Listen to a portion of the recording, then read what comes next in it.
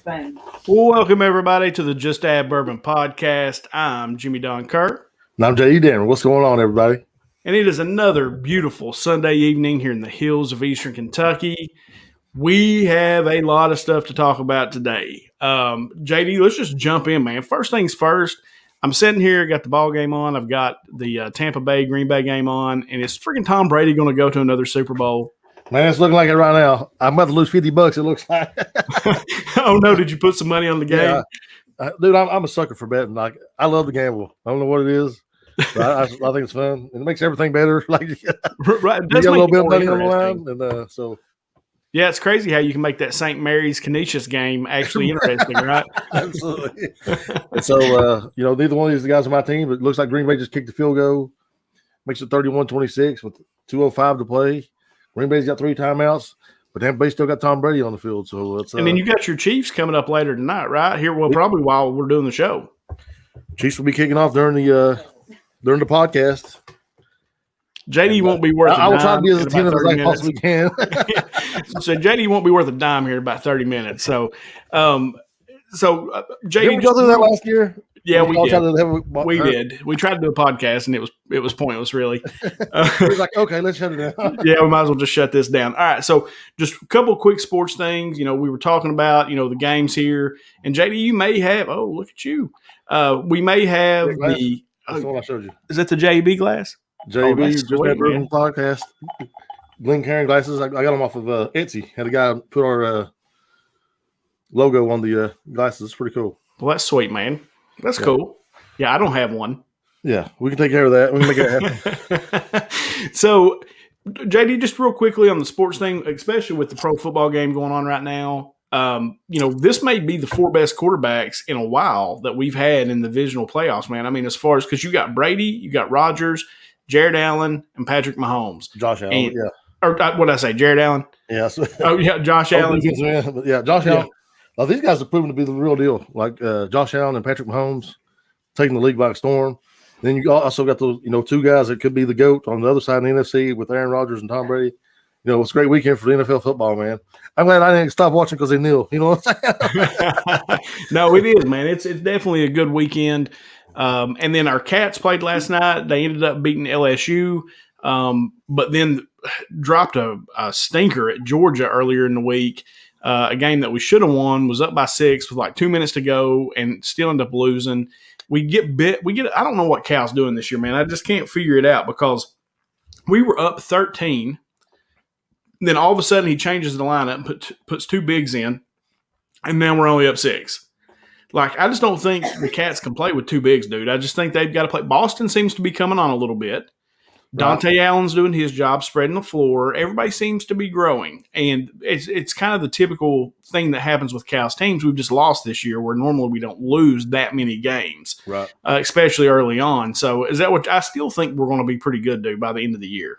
But he still seems like he's really limiting Dante Allen's time, man. I don't really get it. I don't get it either, man, because he's money. You put him in the game last night, he knocked down a bunch of threes, and the guys are confident in him, want to throw him the ball. Like, okay, Cal, so here I want to break it down for you, brother. 3s are good, okay? They're the best you can do. Put the guy in and hit them. Well, just like watching Alabama, I've heard a lot of talk on KSR this week about modern basketball, right? So modern basketball is either you shoot a 3 or you dunk it, shoot a layup, something in the lane. And Alabama just beat LSU down the other night, which they went nuts from 3. So, but they beat them down. And they showed the shot chart. Every shot they took was either a 3-pointer or a layup. And, and they scored no mid-range stuff, no just inside the 3-point line 2s, which we are notorious for, stepping in, as far as that goes, but, none of that. And so I'm pumped as far as I still think there's a lot of growth in this team, and I still think we're getting to a point where it's really dangerous, where we may not be able to make the NCAA tournament unless we win the SEC tournament, which we win it every year, so it shouldn't be that big of a deal. I think we're there, though, man. With the losses we've had, we got beat soundly, by who was it? Alabama that beat us pretty soundly. Yeah, Alabama's good. Yeah, but, I can't think being in Kentucky is a two-edged sword. Like everybody understands with the tradition.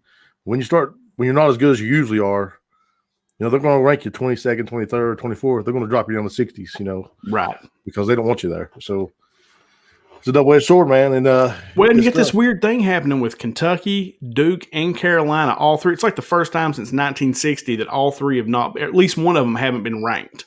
Right. I mean, it's kind of a weird year, dude. I mean, it's just the COVID year. It's just a weird year. And I think, like I said, I'm the guy. Like we were talking about the kneeling, we're getting beat. All those things are happening. I'm still the guy that's going to watch them no matter what. Right. Like, did I like the kneeling? No. But am I going to stop watching them because of it? No. I mean, it's basically, that's just who I am. I'm a Kentucky basketball fan, Kentucky just fan in general. And, it is what it is. So absolutely. Yeah. So I'll be honest with you, man. I haven't watched a full UK basketball game yet this year. Now I've watched them play a lot. I mean, I pretty much watched every game, which I always do. Right. Hold on 1 second. Okay. So I always do, but, like I said, it is what it is. We're struggling. So, all right, let's get into what everybody's come to talk. JD's been going off on Facebook. He's been dropping comments left and right, getting everybody riled up, doing what JD does. It's too easy, bro. It's too easy. It really is. I mean, it makes me laugh anymore. Like at one point I thought, is JD just really, does he really think this? Is he just trying to stir people up? And I think it's a little bit of both. No, so the comment I made the other day, which is like, so I'm doing a little experiment, honestly. And I'm going to show you something a little later. I'll share it with you, but I don't want to share it with everybody right now. No, I made a comment, was it the day before yesterday? I made my first post that was really, Eric, dude, absolutely right. I was a little bit instigating a little bit. I was like, I want to see just something. I just want to see something. So I made a post that said, Joe Biden may go down as the greatest of all time. And I didn't say the greatest president. I didn't say the greatest anything. I just said the greatest of all time. And in 2 hours, I had like 93 comments. Oh, I read them. That's the one that I commented on too, where I put the Stanley rolling his eyes and said, "You better tune into Just That Bourbon podcast tomorrow night.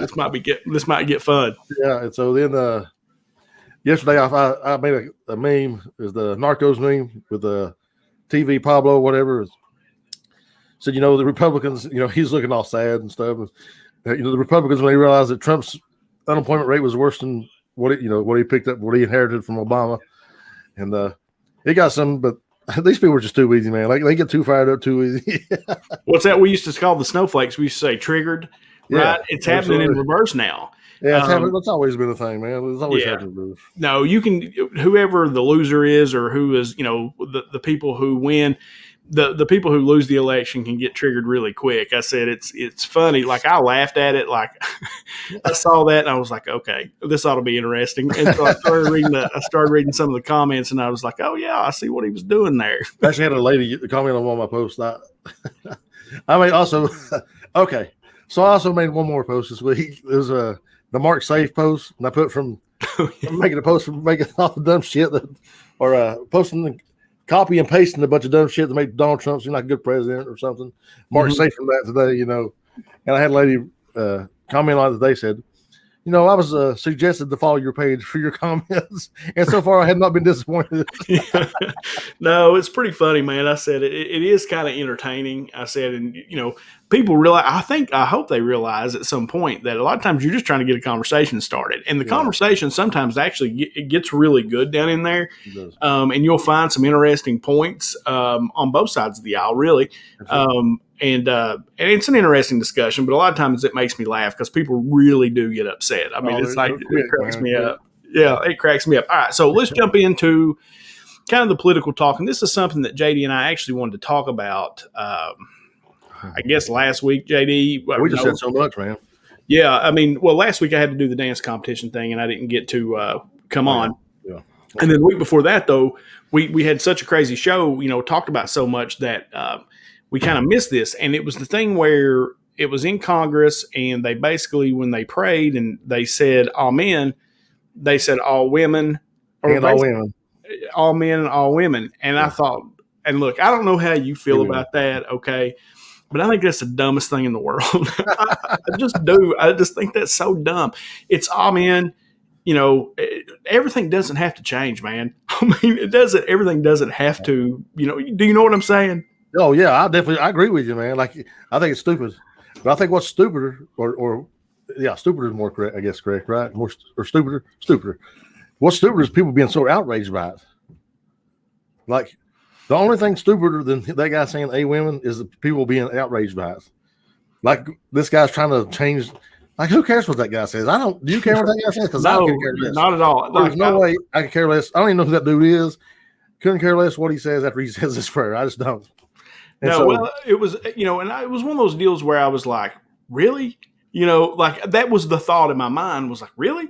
Yeah. We're going to say all men and all women. And then they go into, and what the thing that cracked me up, and I heard somebody told me this and I thought it was kind of funny. They were talking about, they basically said in Congress that they weren't going to use gender identity, right? So they weren't going to identify men, women, whatever. And the next day, Pelosi says, I'm a mom, I'm a grandma, all that. And so people jump all over that, right? And then somebody told me, which I actually thought this was kind of funny. They said, look, they can't recognize gender identity anymore. That's not what they're going to do. I feel sorry for Kamala Harris because she's the first black lady to ever be a vice president, and she can't even claim that. Yeah, but that's just, you understand what they're saying, man. It's just like in the official business of things. They're trying to knock down, like, they don't want women to be apart from men. They want everybody to be on the equal playing field, which is the right thing, honestly. Well, no, it's the right thing. But it's okay. It's okay to recognize the difference, though, right? In my opinion. Yes. It's okay to recognize that men and women are just different, man. We're different. Yeah. And then the all men is all men, and you're more biblical than me, okay? Or you know more Bible than I do. So is all men, does that mean like amen? Like when you're saying amen? No, so amen means so let it be. Mm-hmm. I think it's the translation in Latin, I think, is so let it be.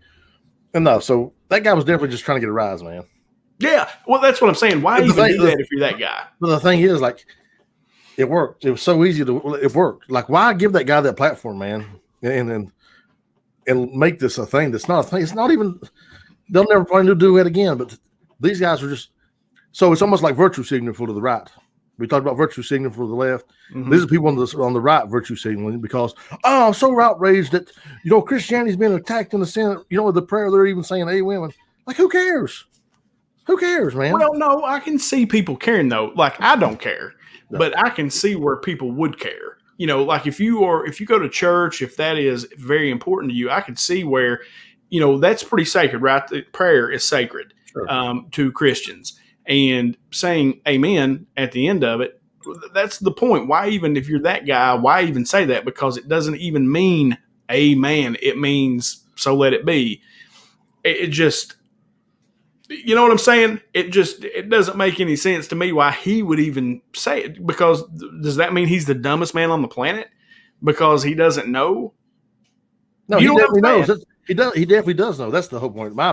So you're saying he did it on purpose. So again, that brings me back to, if he did that on purpose and they're preaching this thing of unity, he's trying to piss off half the. I agree with that. That just doesn't make any sense to me. Yeah. But now, not everybody's feeling that unity thing, man. You know what I'm saying? Not all the Democrats. So here's what we got to get away from, man. Like, on both sides, you have one Republican say something. Oh, you Republicans believe this. Well, that's not true. That Republican believes that. Or you hear Nancy Pelosi say this. Oh, well, the Democrats say this. Well, no, that one Democrat said that. Nancy Pelosi isn't all Democrats.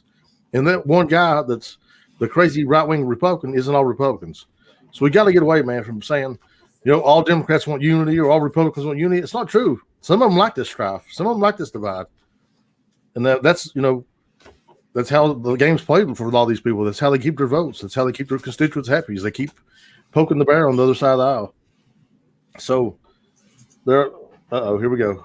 Oh, we're getting on it here. So let's just say, hey, so our boy Glenn Martin said there's a lot in Washington that would be classified like that, Jimmy Don. Yeah, you're right, Glenn. And then the decision to say a woman is just an example of how Washington left has chosen diversity over the teaching in the Bible. And there's some truth to that in what he's saying. Yeah, I think that's a valid point. But a lot of people in this country, man, aren't following that Bible. A lot of people aren't recognizing, they don't.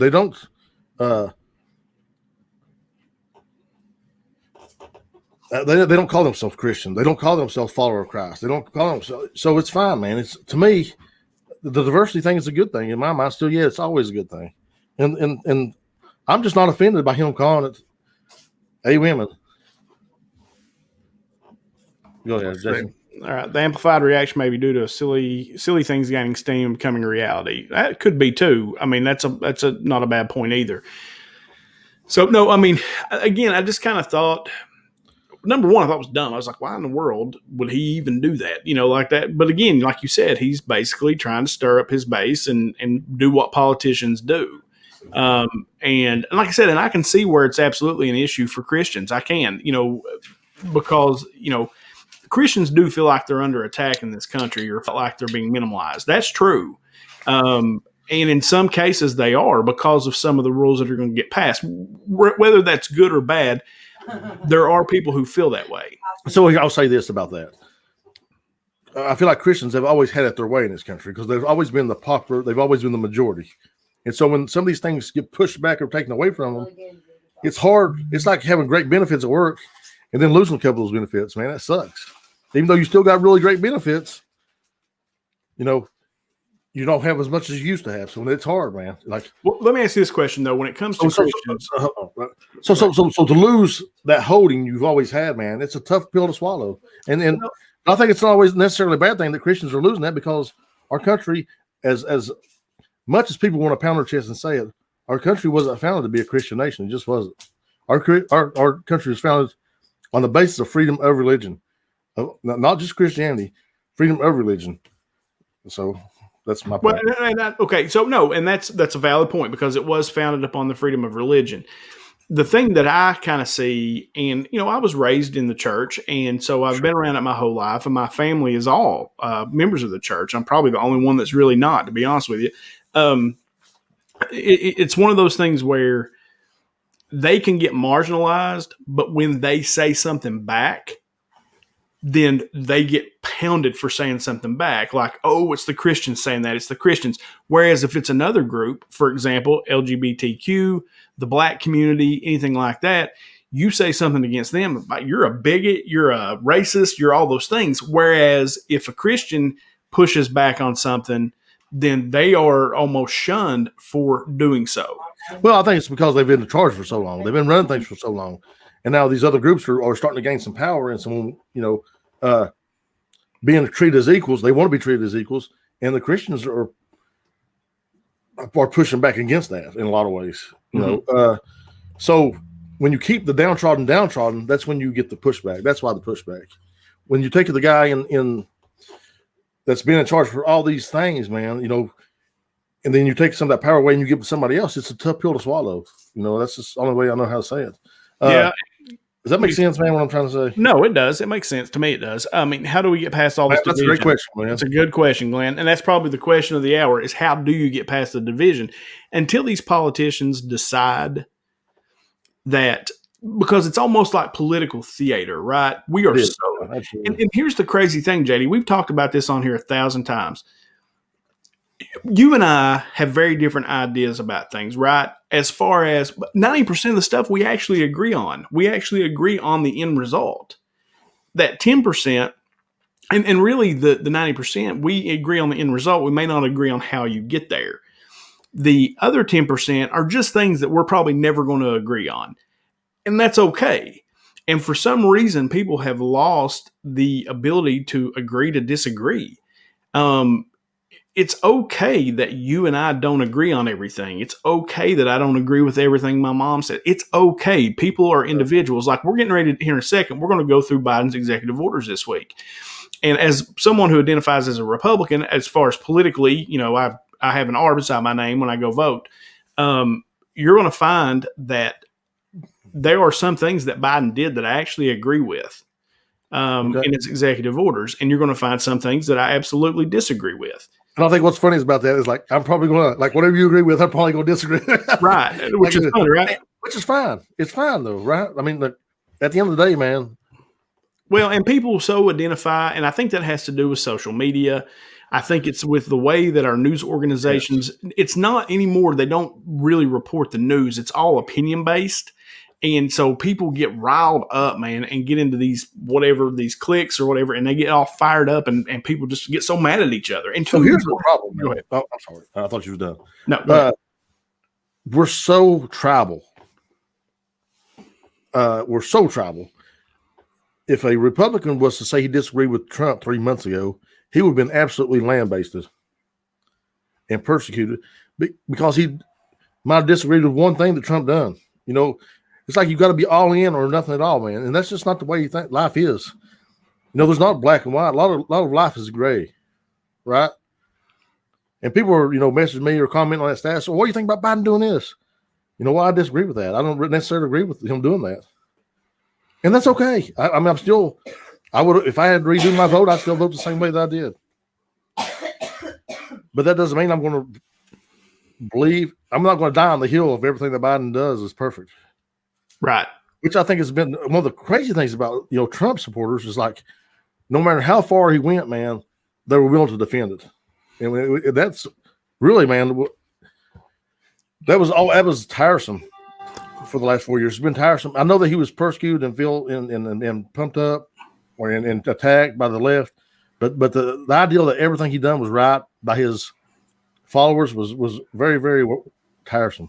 And I don't think that everything Trump did was right. We've talked about this. I don't think I've seen some people on my timeline that absolutely defended every movie made, everything you made. Yeah, I like what Glenn's saying there. Let's see. If you look past our politicians, they used to get along and work things out a lot easier now than it seems. And I think, look, I know this is going to sound conspiratorial, but one of my favorite things that Trump has done is maybe open a lot of people's eyes to the fact that some of what you're being fed is propaganda. Okay. And what you're being fed, and I'm not just talking about CNN and MSNBC, Fox News is just as guilty as anybody of feeding that propaganda and the wanting. And like we've talked about this, what was the show we watched, JD, the Netflix Social Dilemma. That's the problem, man, right there. That's social media right here. I'm telling you, it's the problem. How many, dude, I know people don't turn on their cable news, and the cable news is bad. I get it. That's bad. But it's got nothing to do with the social media. Facebook is filled with ignorance and stupidity, and people are believing it and eating it up like it's the gospel. Go ahead. I just read it. No, it's okay. I just read a post actually before we came on. I looked at something, and literally it had 10 different facts of things that it said Biden had done since he had become president. 8 out of the 10 were incorrect. Was it the Charlie Kirk one? I don't think so. We invaded Syria and all this stuff? No. This was a different one. Well, this was saying like this one was more like on how many, there was something about going to war. There was something like that in there. We were getting ready to invade the Middle East. I don't know. It was BS though. I mean, it was BS. And then I read the comments underneath it, and people were believing it, dude, like it was the gospel truth.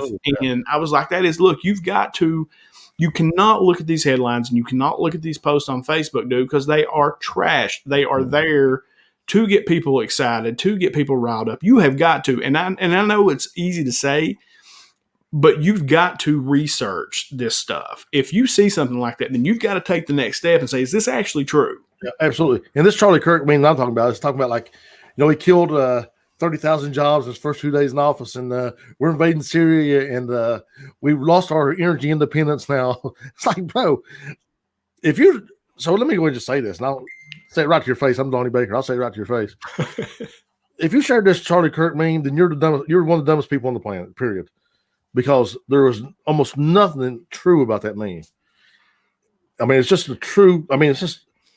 we got to be responsible, guys, in what we share online, on our Facebook and our world. We're sharing. The thing is, man, and I'll get on my horse on this a little bit.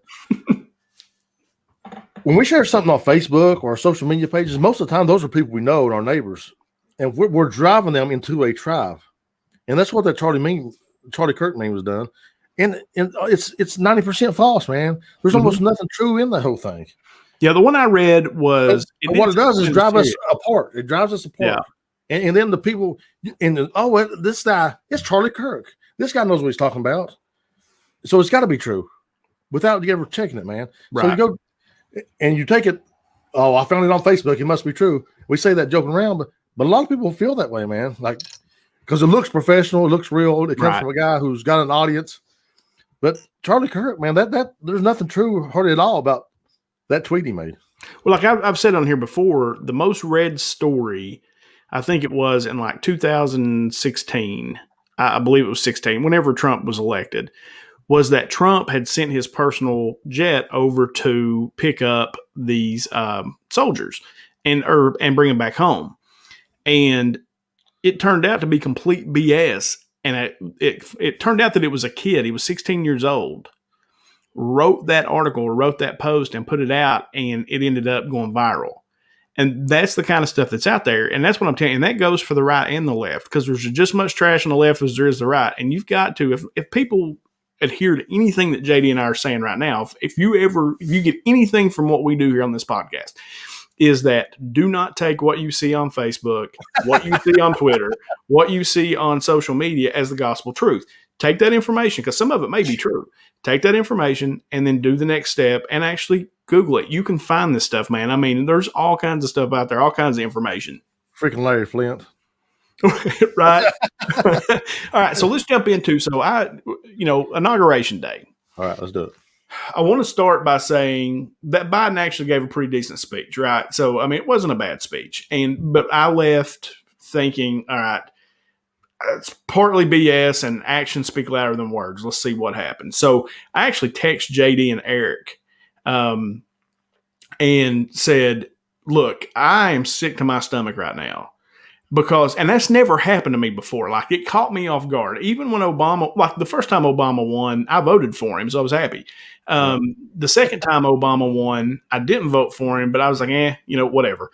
I wasn't happy necessarily, because I knew it was, the next 4 years of my life. I knew what I was going to experience because I'd already experienced it, but I was already prepared for it and went on. When Trump won, I was like, okay, great. I wasn't elated or anything. I was just, okay, good. It's different. He's a businessman. Let's see what happens. I like the change aspect of it. When Biden was giving his speech, I actually kind of got sick to my stomach and was filled with dread. And I texted JD and Eric and I said, I know you all are happy right now. And it's probably a day of joy for you because Biden, you got rid of Trump and Biden's now the candidate. But president. Or now the president, I said, but I am sick to my stomach and I just needed to type to somebody, and just say it. And so I did with you guys. And JD messaged me back and said, that's how I felt when Trump got elected. So I sent back, well, if you made it through it, I guess I can too. And JD sent back, absolutely. And I got that absolutely. And I was like, okay. I was like, all right, I can make it. But then what I realized is I'm really busy at work. So I got back to work and kind of did my thing, and I haven't thought about it since. But what was I actually thought the speech was decent. It wasn't my favorite speech of all time, but I thought it was pretty good. What did you think? No, I think it was a good speech. I thought it was, it's not going to go down in history. I think it was a great speech. But if that guy's mentally declining, man, then I need to get some mental decline in my life, because that guy, he seems like he's pretty sharp to me, man. And I think at this point he's laid those theories to rest, right? Like he's on a mental down path or downward spiral. Yeah, I don't think that's an issue. His mental acuity is not degrading at all. But he is 78 years old. I mean, something good happened, But, I just thought that the speech was good, and I'm glad to move the page, man. Now I'm more concerned about some of his executive order moves than I am about any of the other things. All right, so let's get into that. All right, so let's put these comments. We got a couple comments here. Okay. Michael Harrison. Set up Michael Harrison here. One problem with social media is we don't leave our circle, which is absolutely true. We only get the information that we want to see or hear. It's the whole point of social media to show us what we want to see, not what we all should see. It's built that way. Absolutely. And if you watch that documentary, if you haven't watched it, you should go watch The Social Dilemma on Netflix. It will blow your hair back. It's insane. Not mine, but it's fine. Not Noel. I mean, you got to have hair, right? And then Glenn Martin Hammond, JD, that's true about Facebook. If it's posted, it has to be true. What about holding social media sites accountable? I think there's something needs to happen. And I think Democrats and Republicans could actually find some common ground there, JD. What do we do, though? What do we do? I mean, that's the thing. Like, how do you monitor 300 million people, man? And maybe Glenn Martin can tell us differently, or tell us too in the comments, but I almost feel like you need to make them like a utility where they're regulated. Because right now they're not regulated. They're private companies, so to speak. So you almost are going to have to regulate them. So that's getting into more George Orwellian things. George Orwell line of thinking than what I would like to get to. because I don't know, man. So we talked about, Trump being deplatformed by these social media outlets, Twitter and Facebook. But if the government comes in and starts regulating them, then what does that say? Does it that gives the government more control? Like, is that something they're so big though, JD? They're so big, and like for example, you kind of okay. Let's take Parler for example, right? Sure, absolutely. So basically, they're telling you people are conservatives, for the most part. I'm sure some on the left as well are getting deplatformed or taken off like Twitter and things like that. So they tell you, okay, then you don't like the way Twitter does it, then start your own. Right. So somebody does. And then they decide they don't like the way that you do it over there, and they shut you down completely. They take you off the internet. A private company, Amazon, Apple, private companies took another private company and completely shut them down. Right. That ain't right. Do you think that's because so that goes back to monopolies, right? Like I don't think we should. I think if there's a case to be made for social media, and Mark Zuckerberg, especially, with the Instagram and Facebook, and I'm sure he has other things. The idea of having a monopoly, Mark Zuckerberg just about has a monopoly on social media. I think that's the route. If you want to go somewhere, that's the way you go. So do you break them up? Do you break these companies up? What do you do? Like, how do you regulate them? Because the deplatforming Trump, all right, I can see that. All right, like I didn't necessarily like it, and I don't like it when conservatives. I like free speech, the First Amendment. I like people to be able to voice their opinions, no matter how bad it is and how I may disagree with it. If I don't like it, I don't have to read it. Okay, I'm going to interrupt you there. I'm sorry. All right, go ahead. Voicing an opinion is different than putting out false information all the time. Mm-hmm. Right? So if you're getting on there and just telling lies all the time and inciting people to do things, that's totally different than going on there and voicing your opinion, in my opinion. Right, but here's the thing, though, JD, is that happens on both sides, but the only one that's getting really deplatformed is the conservative thought. So, I can't really speak to that, man. I'll just be honest with you. On my news feed, it's only happening on one side. Because, of course, I live in this bubble, man. You know what I'm saying? I understand that. I recognize that. But the QAnon stuff, the Q&A on stuff, and all this crazy conspiracy theory stuff that, by the way, none of it come to pass. And now I think Q's in real big trouble for this falling, or whoever he is, or whatever he does. But from far what I can tell, man, it's a right wing problem. Well, here's what I want to tell you. Okay. My Twitter feed is very diverse. Mm-hmm. Okay. I purposefully have subbed up to different thoughts. Sure. Far left, far right, moderate, to the left, to the right. I have purposefully subbed up to those things so that I could kind of see a variety of thoughts and a variety of ideas across my Twitter feed. Sure. Just so that I could, kind of know what's going on both sides. Why are people thinking the way they are? My Twitter feed right now is nothing but left. Nothing. And I haven't unsubbed to anybody. My Twitter feed is so different right now that I can't even really, it took me a minute to even, I was like, wait a minute, where's this? Where's the right? Where's the conservative thought? So why is that? It's gone. Why because they're being deplatformed. Is it because they're expressing different opinions, or because they're pushing these conspiracy theories that just have no base in them? I'm not even seeing. No, I'm talking like citizen journalists who, for the most part, aren't pushing the conspiracy stuff. I looked at all the conspiracy stuff's pretty much gone. That stuff's pretty much gone from Twitter. You don't see any of that anymore. Right. Or at least on my just as a caveat, I don't get on Twitter a lot. Facebook's my main social media, and I think you guys probably know that. Well, Twitter for me is kind of where I get my news. Like I like to read different articles, and then it gives me, like New York Post, Washington Times, or the Washington Post, different things. Like I'm subbed up to all of them, but all of a sudden, dude, like the conservative, like it doesn't even show up in my feed now, and I haven't unsubbed. It just doesn't even show up, and it's all a left wing. Like it kind of freaked me out when they were saying, I think it was Pelosi or somebody said we need to deprogram the Trump supporters. And I was like, what, what do you mean? Like, okay, our eyes were open somewhat to the BS, the hypocrisy that is on both sides of the aisle. Our eyes got open to that. And so are you saying you want to deprogram us so that we don't recognize it anymore? We just quit saying anything and we kind of go along with the flow? Like, that kind of freaked me out a little bit, like the whole wording of that. I was like, oh God, and I'm a little bit of a conspiracy theorist. Right. So that kind of freaked me out. Yeah. I mean, I understand, man. That's a weird language to use, really, about Nancy Pelosi. And I don't like the idea of deprogramming anybody, really. But what we do have to do is make sure people have facts in front of them. And here, I think, Lynn Martin Hammond, to your question, how do we holding social media accountable?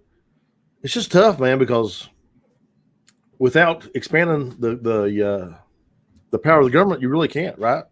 Yep. I know, and that's so. I mean, that's what's so crazy, man. Is like it just like the Republicans are making the government. And I just don't know how you do it. And there is a case. There is actually some common ground there to be found. Most people, I think, feel like you and I do. Like, it's too big. There's a problem, and the Republicans have an issue with them because they're getting deplatformed. But the Democrats have been after them for a long time for being so big. So I think there's some common ground. Who's? Eric and Marshall Jude. Maybe. So I can't speak for Mark Zuckerberg. And I can't speak for Jack Dorsey at Twitter. But I can tell you, I don't want to force anybody to believe the way I do.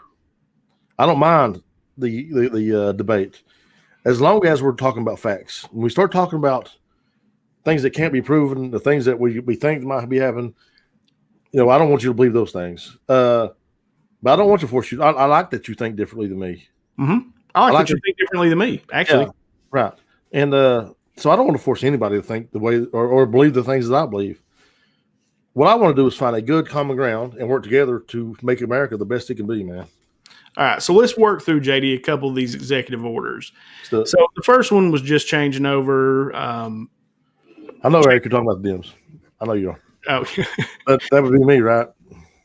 Yeah. I don't know. I mean, like I said, man. All right, so let's I don't know. I don't know. You don't know what I am, do you, Jimmy? No? I don't know what you are. All right, so let's get into this. This was coronavirus. So Glenn, if they know it's false, why are they allowed to be put out there? I don't think, man, like to monitor what kind of epic job they have to monitor 300 million people that's on their Facebook. You know what I'm saying? That's a huge task to undertake. And I don't know if they can, because as fast as they can shut something down, there's something else popping up. It's tough. I don't know if it's even possible they can do that.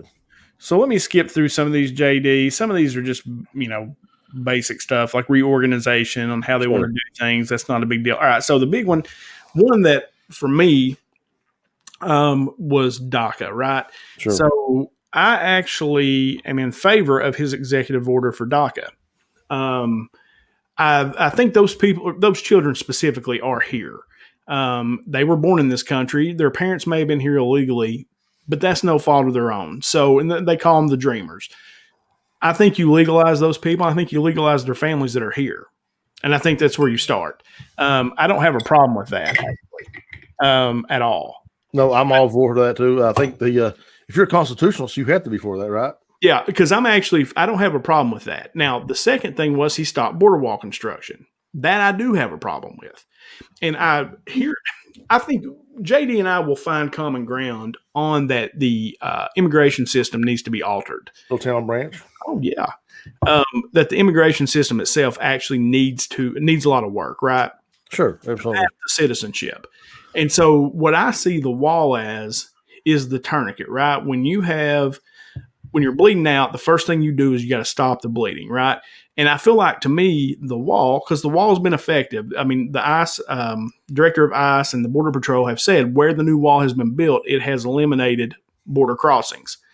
So stopping the building of the wall when it's already been funded, I think, is a mistake, because I think the first thing that you got to do is stop the bleeding. Once you get the bleeding stopped, then you go to really trying to figure out, how do we get these people to be citizens much faster?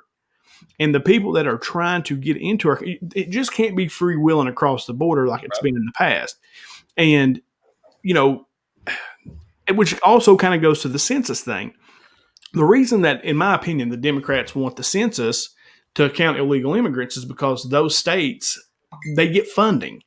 That's how places get funding from the federal government, is based off the census. Just like here in Martin County, nobody was filling out the census. Well, they're accepting these illegal immigrants, which I think is wrong, and they want funding. So I disagree with that. What about you? Well, I don't know though, man. Because what do? Those people are there, right? So they're going to wear on your bridges. They're going to wear on your railroad tracks. They're going to, all these social things that are going on that we're paying for. We need to take into account that those people are there, right? So yeah, but how do you stop it though, JD? Is what I'm saying is you're incentivizing these places to bring in illegal immigrants. Oh yeah, I understand what you're saying. But those people are there though, so it's a tough balance. I don't know the answer, man. But I know that if they're there, we need to know they're there. We need to. A documented immigrant is better than an undocumented immigrant, I guess is my best way to say it. But even when you document them, if you know they're here illegally, then do you deport them? Well, I don't know. I guess in some cases, I think you do. We're talking about it's a thing that wears me out too on Facebook. Democrats want open borders. I don't want open borders. I don't know one Democrat that wants open borders. As a matter of fact, the President Obama deported more illegal immigrants than any president in the history of our nation, more than Trump did. So do we count them on our census and give money to the states for those people? I mean, I think that it's better. We're better off by doing that, man, because like I said, they're going to be still a burden on our infrastructure, and those states still need money to do business and make repairs to the roads and their bridges and those things. So we need to have that's the part where I disagree on this standpoint is like, we'll just say California, for example. Right. California is a haven, right, for illegal immigration but California is also broke because of some of their policies. So they need federal funding and they need a lot of it. And I think that that's the reason they want it. And it really kind of hurt them because Trump was trying to keep that from happening.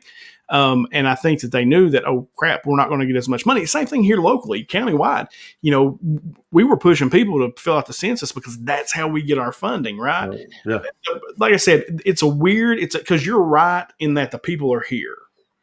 It's just, where do you draw that line in the sand and say, okay, here's the deal. If you're allowing this, we're not going to incentivize you by allowing you to count these people in the census. I agree in counting them. And if you count them, then I almost think you got to get rid of them and deport them and then try to let them come back in as a legal citizen. And that's, I'm probably talking all over the place there, but like on the immigration thing, I think you have to. Tough balance, man. It's tough to find it. It is. Like, I think you do the wall, stop the bleeding, and then you take a real approach on trying to get people a pathway to citizenship the right way. So I think that's why I'm going to push back on you too. I think the wall is a huge waste of assets. People are going to come to the Gulf. They're going to come around the Pacific coast. I mean, we can't stop the bleeding, man. We just can't. But you can make it harder. You can make it harder, but they're going to come in, man. If they're desperate to come in. They're already paying thousands of dollars to get in, paying these coyotes to sneak them across. They're coming in. So, I think the wall is just a huge waste of assets where we can spend on other things. Right. All right. So let's pop onto this one because we're kind of running short on time. I know, and we just got going. So let's jump into the real topic. So the one that I've seen the most pushback on, well, three things. One is the Keystone Pipeline. Okay. Where do you fall? Now, number one, I keep seeing these posts that there's 57,000 jobs lost. There's not. There's like 11. So what? Chase. Right here, son. Let me put this up here. That's right, Chase Dammer. That's total sarcasm, by the way. So everybody knows Chase. That's Trump is my president. Still my president. Says that's total sarcasm. And he's sitting out here. I'm about to hit him in the back of the head with something. All right. So, the Keystone Pipeline. Okay. Where are you at on that? So, I'm torn. If you know the truth about it. I don't like taking away jobs, and I definitely don't like taking away union jobs. But the Keystone Pipeline, man, was it going to necessarily benefit America in the long run of things. I don't know how much you looked into it, but the Keystone Pipeline is run by a company out of Canada. They're going to come down here and take our oil, and we're going to give them access to our oil and run that oil all the way up to Canada. I think it's, at the end of the day, I think long term speaking, it's a silly ideal. I think short term and providing those jobs and having those jobs is a good ideal. Long term, I don't think it's a great ideal. And so to have a president with somebody that's thinking long term, I think I agree with him, man. I disagree just from the standpoint of jobs. And I hated Buttigieg's answer when they asked, what are you? They're going to find another job. Where? And that's also tax dollars that are going away. People that are paying in taxes, that's money that's being spent in local economies. And I don't know. I can't speak to what you're saying about them running the oil up. I don't know that for sure. So I'm not an expert on that by any means. So really the only people that's going to benefit from it were people who are landowners, who are carrying oil out of the Canadian oil sands. Like the only people that really going to benefit from it was the people who were landowners, who the pipe was going to run across. That's it. 11,000 jobs. That number's not real. So this company does their jobs. It's like, let's say they got 100 people working for you this year, and next year those same 100 people working for you, they'll say that's 200 jobs. So I don't know how familiar you was with that. Plus, these are jobs that haven't been created yet.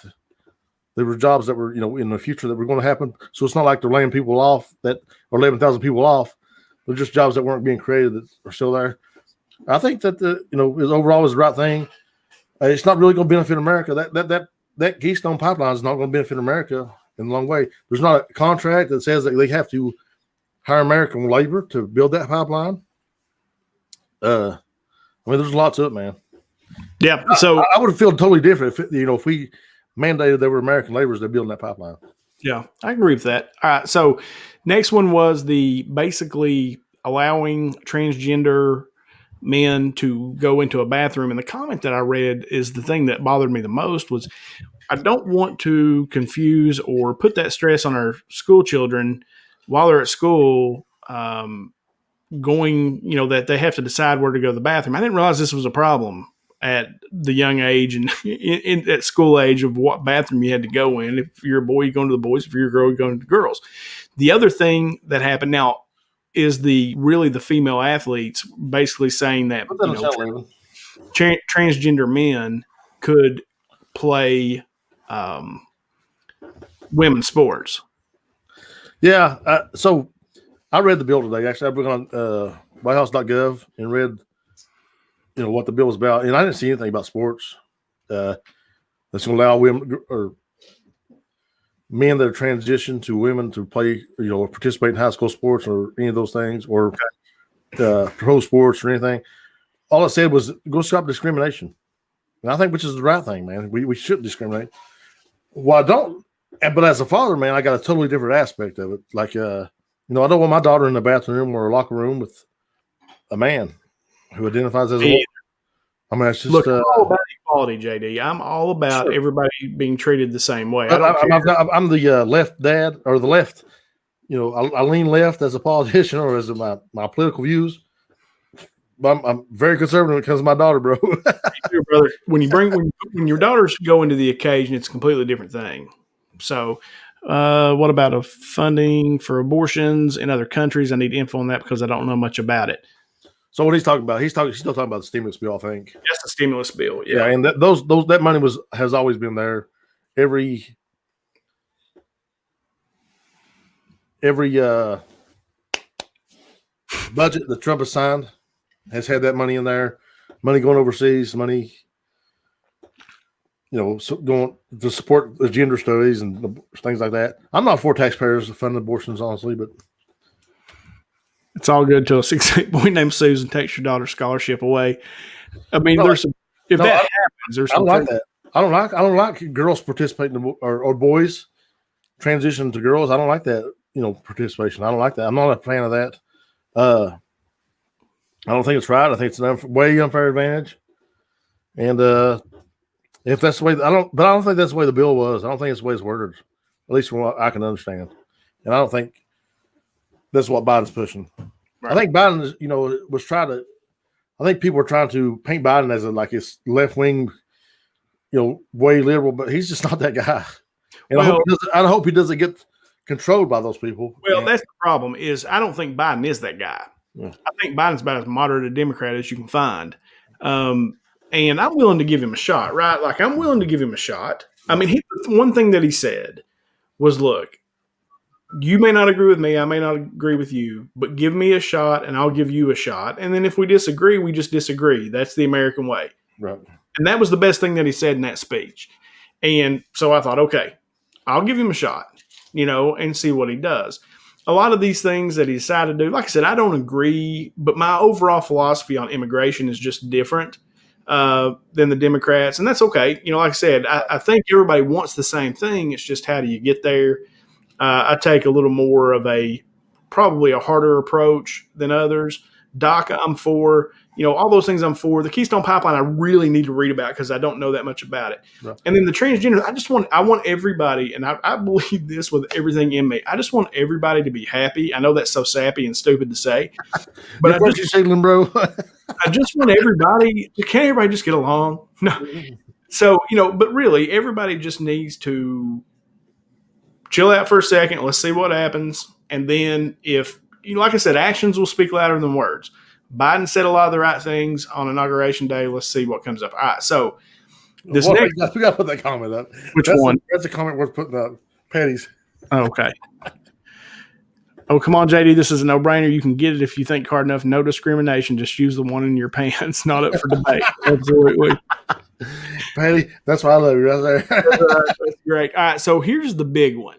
And I think the one that's got everybody all riled up and, maybe even me to some point is the minimum wage thing.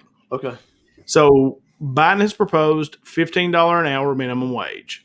Now, I don't think that minimum wage would happen right away. But if say it did, say that it went to $15 an hour minimum wage, are you for that? So let's make sure we're clear what Biden is proposing. He's not proposing a federal mandate to make everybody in the nation $15 an hour minimum wage. His is if you get a federal contract through the government, you now have to pay your employees $15 an hour. And I don't have any problem with that at all. I don't either. I don't have none. I don't have a problem with that at all. If it's a federal contract, it's something like that, $15 an hour. Where I do have the problem with it is if you do mandate everybody to pay $15 an hour, dog, it just won't work. I mean, it will not work. So let's talk about that. Well, I'm going to talk about that a little bit. All right. So in places where that is implemented, like in Portland, Oregon, I know the state of Oregon is ramping up to it, and the city took a pro stance on it and went earlier than the state did. They're up to like $14 an hour. And you know how much their McDonald's is? You know what you have to pay to go to McDonald's? It's cheaper than what it is here, bro. I got a buddy that lives in Oregon. Yeah. That says that's complete horseshit. Well, I got a buddy in Oregon too that says that's absolutely the way it is. Yeah, no, I got a buddy in Oregon. Isn't it crazy? Yeah. But no, here's the deal, brother. Raising it to $15 an hour. I'll use the example of this. This is something both you and I can actually, we both know a little bit about this. Mm-hmm. We'll talk about the water district, okay? Let's just talk about the water district. All right, so we've raised rates multiple times just trying to get ourselves to where we can break even, right? Sure. And we are not flushing cash because, and that, we are not flushing cash. Like we're not, we don't have big piles of money sitting in the bank. All right, so probably 75% of our workforce, maybe not 75%, 60% of our workforce probably makes less than $15 an hour. And if you raise all those people, then we've got to figure out a way to come up with that money, right? Then there's also wage scale. So their supervisors are probably going to have to be waged up too. You got to pay them more money than the people that we buy material from, we buy chemicals from, we buy machinery from, whatever. The exact same thing's happening to them. The cost gets passed along. So while our costs rise, what do we have to do in order to recoup that? We have to raise rates. Sure. And that'll happen across the board. If you raise everybody, like if it's everybody, if you don't raise everybody's pay the same way. Yeah, you brought a bunch of people up to $15 an hour, but everything's so much more expensive now that you really negated that. But who you really for them, nothing changes. Who you really hurt are the people that were making more than that to begin with. Now their dollar's not worth as much as it used to be, and now they don't make as much money. So a utility is a little bit different because you gotta have water and you gotta have electricity. I get that. So those rates probably would go up some. Absolutely. McDonald's, I'm not so sure about because I'm only going to pay so much for a double cheeseburger, and that money is going to come from the overhead. That, like, here's the weird thing about this argument is we always want to say, oh, if they raise the rate to $15 an hour, we won't be able to afford cheeseburgers. And we never talk about the CEOs who are making $30 million a year.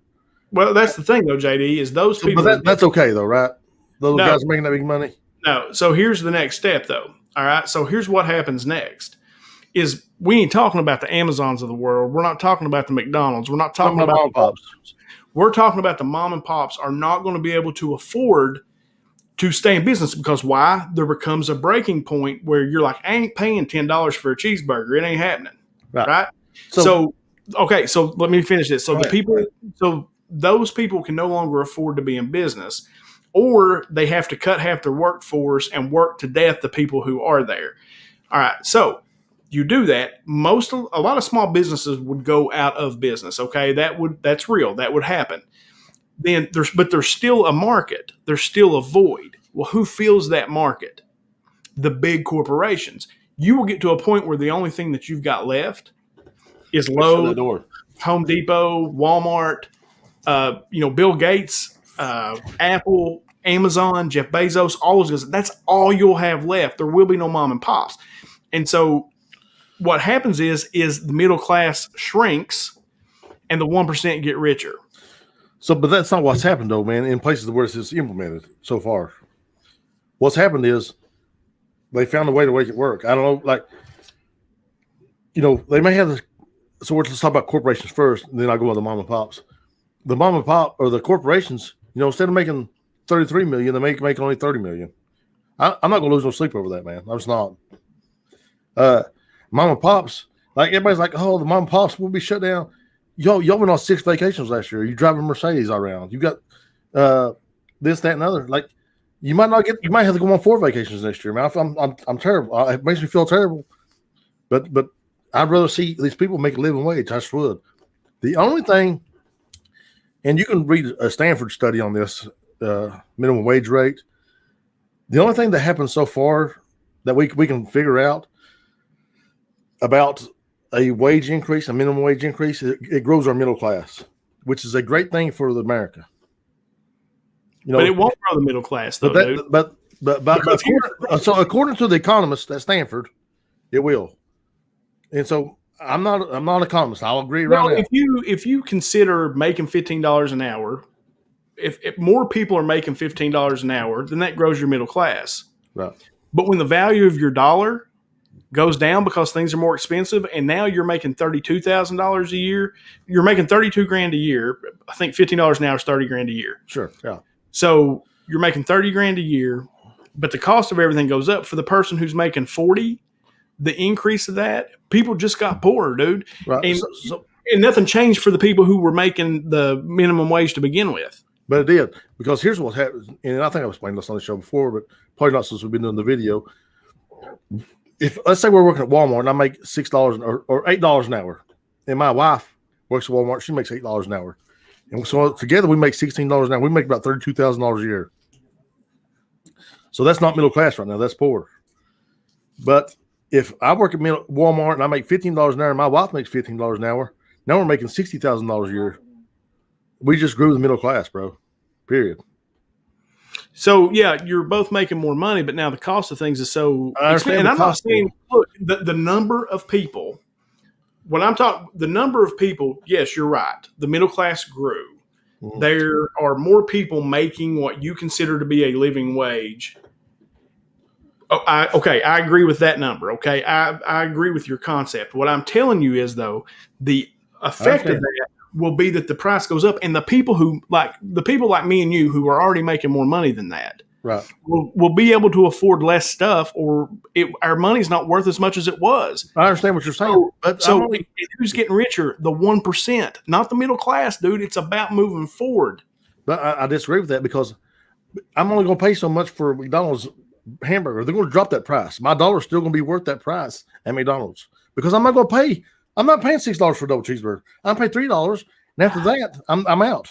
But here's the thing, though, JD. So the dollar might lose a little bit of value, but it's not going to lose it's not going to lose $15,000 worth. So here's the other thing. All right, so the people who actually make this country, good debate, man. Actually, I like it. Well, no, it's good because here's the thing. All right, so say you're a supervisor at Walmart. Let's just use your example. You're a supervisor at Walmart, and you're making $32,000 a year, right? Right. And that middle management group of people are the people in this country who actually make this thing work, right? They're the people who make money for all these people. All right. So now everybody gets $15 an hour. So now you're making $30,000 a year, but your supervisor is making 32. And all the crap that you have to put up with,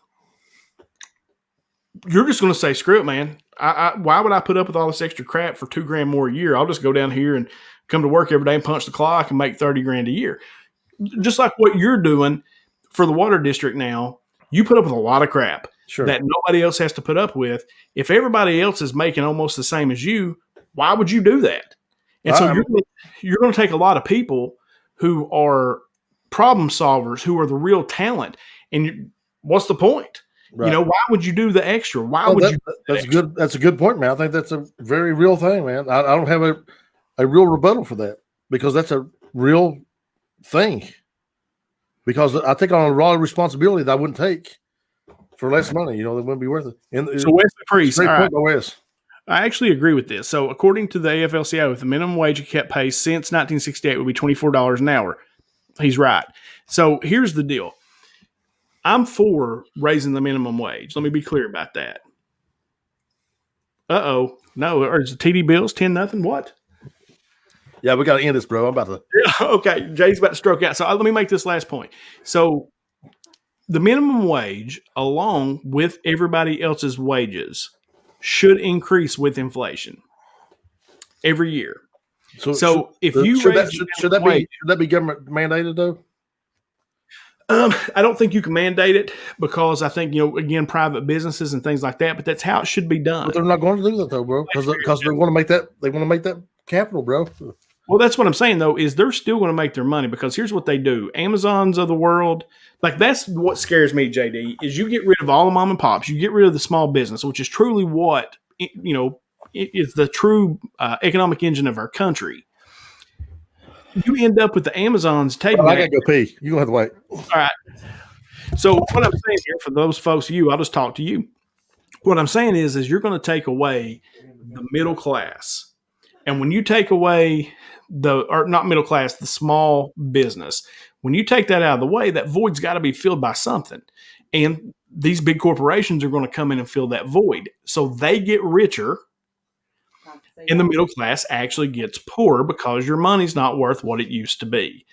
And that's just, to me, that just makes total sense. Like if you wanted to raise it incrementally with inflation, then that makes sense to me. And if you want to double minimum wage and you want to raise it by that same percentage for all the people who are above that, that works fine for me too. I don't know. Yeah, and Chris, you're probably right. 60K may not be middle class anymore. And then Eric, if I could get one order correct out of 10 PKDs, I'd be all for them a raise, but definitely not 15. I did not wash my hands, just so everybody knows.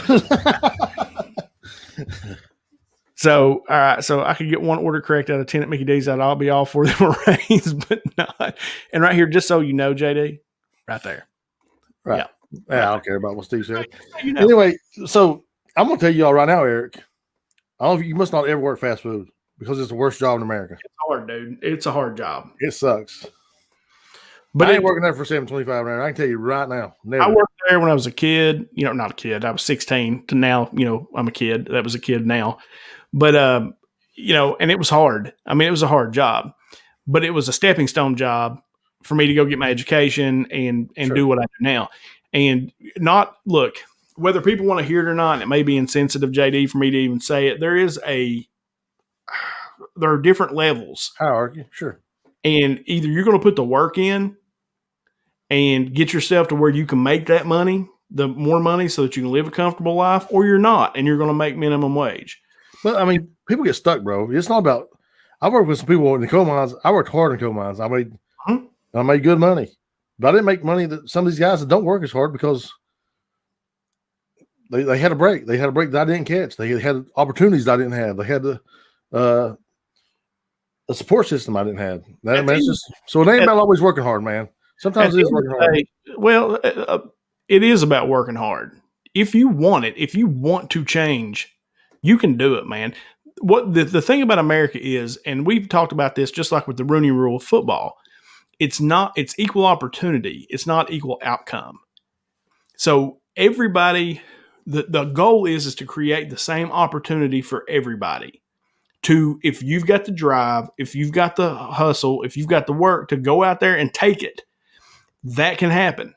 Now, my wife will tell you as a teacher that some kids, dude, you're right. What you're saying is correct because they don't have the same opportunities. And they're really smart and they could break the cycle, but their parents are teaching them not to break the cycle. They're teaching them how to game the system. And so I got to raise my siblings. I got to do all this. I got to, so they'll try to So they try to identify those kids to get them like, hey, you can break this. If you want it, there are opportunities for you. So it's about equal opportunity. It's not about equal outcome. And I know that may be harsh to say. That's just what I think. That's totally true. But, man, we got to recognize that people don't have the same launching pad as other people. It's just a fact. And in other news, the world is round and the sun is hot, and Patty Mead Moore agrees with Jimmy on the middle class. All right, dude. I'm going to let you go watch your ball game, but I've really enjoyed this debate, and I hope you guys have too. I always, like I said, JD and I, like I said, a lot of stuff we don't agree on. Actually, I think we found tonight we maybe agree a little more on some things than we thought about some stuff. So Biden, as far as is he off to a start that I hate him? No. I'm willing to give him a shot. And I've said it. Biden is my president now. That's just the way it is. I don't necessarily like it, but he's my president. And so I'm going to support him and hope that he does well until he doesn't. Until he does something. And he did exactly what I said y'all to do. Y'all to sign some executive orders. So if you don't like it, sign some legislation that fixes it, right? Let me ask you a question. The executive orders, do you like that the president can do that? Oh. I actually hate that. I've told you that. And I'll say it again. Now Biden's president. I don't like that guy having that much power, man. We didn't elect the king. We don't like. I'm not a guy that's a problem. We need to rein in the power of the president. Definitely a thing, man. Yeah, sure. I agree with that. All right, so that's a good way to end it, JD. Guys, we appreciate you so much for coming and hanging out with us tonight. I want JD to get to his Chiefs game here. Oh, and if you're interested, I'm getting ready as soon as JD and I get off here. I do the small town collectibles thing. One of my buddies that I've made through the comic book industry, I'm up to 419 subscribers now, JD. Can you believe that? I'm still at 198. I'm about to make a video on this Four Roses right here. I need a bourbon review. Like I need one. Single barrel, Four Roses. I had to buy it myself because the guy I bet on the election, he crawdad on me, and apparently he has no class or backbone, but that's all right. I went and bought my own Four Roses single barrel. I'm going to review this tonight. And I'll be uploading it on my YouTube. Well, if you're interested, that my buddy's name is Slotted Up 503. He's actually commented on here before on some of our shows. Yeah, sure. Yeah. He's doing his 250 subscriber giveaway. He got to 250 subscribers, so he's having a celebration and giving away some stuff. But we call ourselves the usual suspects. It's me. He's the guy from Oregon, Slotted Up, and this guy Gary B from up in New York. We're going to eat one of those hot chips, that Packy chip, the hot chip challenge. You need to do it on here, bro. Well, we're going to see how this goes. and then we'll go from there, JD. If you want to jump over to Slotted Up 503s and watch me eat and watch us nerd out about comic books and then watch me eat one of these hot chips and puke, by all means, come over. I still should say, our challenge still stands. If anybody wants to come on here and eat a Carolina Reaper, the door's always open. You guys come on here. Draw some hair on your stack, and let's have it. Let's get into it. Drop your nitro gummy bear. I don't know what that is. I don't know what that is either. But I will definitely eat some gummy bears or some brownies. All right, guys, man, we appreciate you all watching. Of course, you know where you can find us every Sunday here at 6 o'clock on YouTube and Facebook. Eric Beaudry, our man in New Hampshire, is taking care of the social media. The podcast can be found on iTunes, Amazon Music, Spotify, and, of course, Podbean, which is where we launch it from. So, guys, great conversation tonight. Thanks for joining in. And as we always end our show, for myself and JD. Oh, stop. We didn't talk about the best thing of all week. The Bernie. Dude, what? How classic is that? Listen to me. These are my favorite memes ever, bro. These are the best. I stopped you right in the end of the closing now. I'm sorry. That's okay. I'm glad you did, because it is for the Bernie memes. For the Bernie memes, I'm definitely going to. It is the greatest thing ever, dude. These Bernie memes. Bernie is showing up everywhere. Like my favorite one I saw, the Big Lebowski. You got the dude, and he's sitting between the dude and his name escapes me right now, but John Goodman, and that one's a good one. My favorite one is he's tapping somebody out with an arm bar. No, those are so good. And also the porn star guy with the big old stick. I don't know, but those were man, the Bernie memes are the truth for sure. Yes, sir. All right, guys, for myself and JD, no matter how bad your week's been, no matter how bad your day's going, if you just add bourbon, it always gets a little bit better. See y'all next week, guys.